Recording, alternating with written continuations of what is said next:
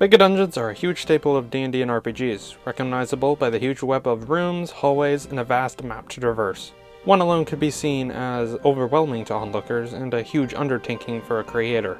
I decided to go about it by splitting the design process into digestible minimaps, which I refer to as chunks. I've been documenting my process on this on the channel through a video series. Today I'll be tackling the third chunk, so tag along with me as I show you how I made a turntable maze dungeon using basic level design as my guide.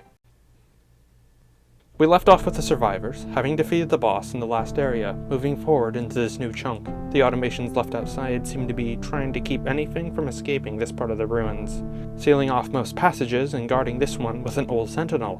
But with little else to do and no other way forward, the party pushed ahead into this new territory.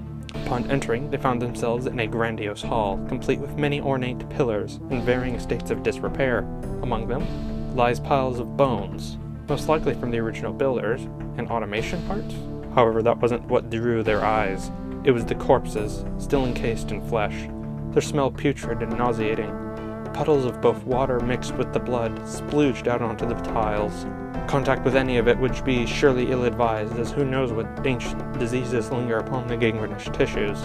Leaving these behind, the party moved further ahead, encountering numerous denizens of the ruin who were hostile to the group.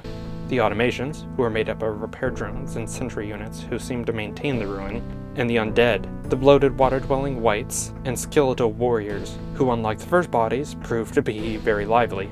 The latter were concerning.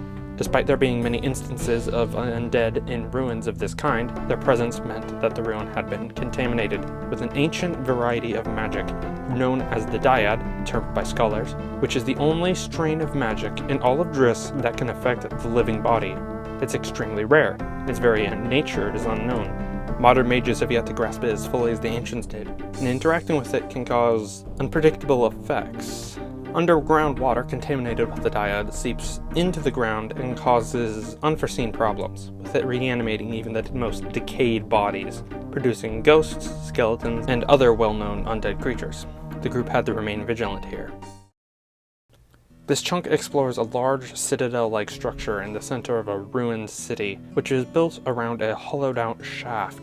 This map here shows the top floor of the complex, first of three, which introduces you to the rudimentary process of this chunk's puzzle system, that being the turntable bridge. As you can see on screen, the floor has been split between two segments, with a lift to the lower levels over here, which seems easy enough to progress towards, except there's this giant door, with no lock holes on it for lockpicking to bypass. This thing was built with an internal lock. Without activating that, you won't be getting through. And unfortunately, there isn't a lock on this side, it seems. This introduces the turntable system. As the party walks over to the ledge, they can find a docking point, where the walkway would connect. It's currently in the wrong position though. So, to move it, you just access the bridge control mechanism over here, which rotates the whole thing into position we need to cross the gap and progress. Now across the walkway and over to the segment 2. Here we have just a bit of a dungeon crawl till we reach our next dead end, because the bridge we just moved isn't in the right position to cross anymore. And there isn't a control mechanism in place next to this landing. So you gotta search for the control and unlock some of the normal doors till you get to this room. It seems to be an old guard point, and it houses the bridge mechanism. Now you just press that and shift the whole thing around again and boom. This walkway bridges us to the other side of the locked door from earlier, which has its own unlocking mechanism right next to it on this side. Now you can unlock it and walk freely from each side without having to take the long way, thus creating a looped dungeon in an attempt at Dark Souls' locked door formula. This also means the lift is available to use to progress downwards to level 2. That is, if the party can defeat some more of the ruins denizens in the way. Once down the lift, we reach map 2. The middlemost section of the ruins. The gameplay loop here continues, and in theory should be a bit more tedious to navigate. At this point in designing this chunk, I wasn't sure how large I could make the map, or how many I should have, so unfortunately my level design was kind of undermined by scale. It doesn't help that half of this was planned months before I even got to writing this script and recording. The party progresses a path roughly as shown. There are a few random and less important areas the party can explore off the path, but for the most part it's mostly railroaded down to singular progression, No room goes too far off the main path, and other doors to the outside remain in lockdown. Perhaps those could be opened later from the other side in a future video. As the group descends, they'll notice the homunculi slowly thin out as they go deeper into what seems to be undead's territory. Without the repair drones, the ruin basically falls apart. On top of that, you have water slowly eroding away parts of the map. And none of this is more prevalent as you get closer to the next lift, which goes only deeper underground, the exact opposite of where the survivors want to go. But with the entire chunk basically shut off from the rest of the city, what choice do they really have? Floor free. The basement. This is where the massive contraption above houses its clockwork gearbox to make the spinning turntable system work, along with the sewer system as well. Like above, water has seeped into the map, flooding most of this room. For the most part, it looks like a dead end, if not for a strange, seemingly dormant automation nearing the center pedestal. Reaching the center gearworks, the automation began to shift. Despite your reservations, walking up to him reveals him not to be immediately hostile, a first for down here. He even has rudimentary communication skills still intact, except for the fact he only speaks the ancient dialect of his creators. His last arm weakly clutches to a large valve. Could this valve be connected to the overflowing water around this ruin?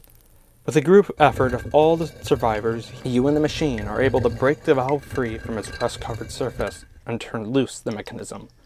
Then, a large clanking sound rings out about, and lo and behold, the water level does begin to recede with a small whirlpool, revealing the floor below.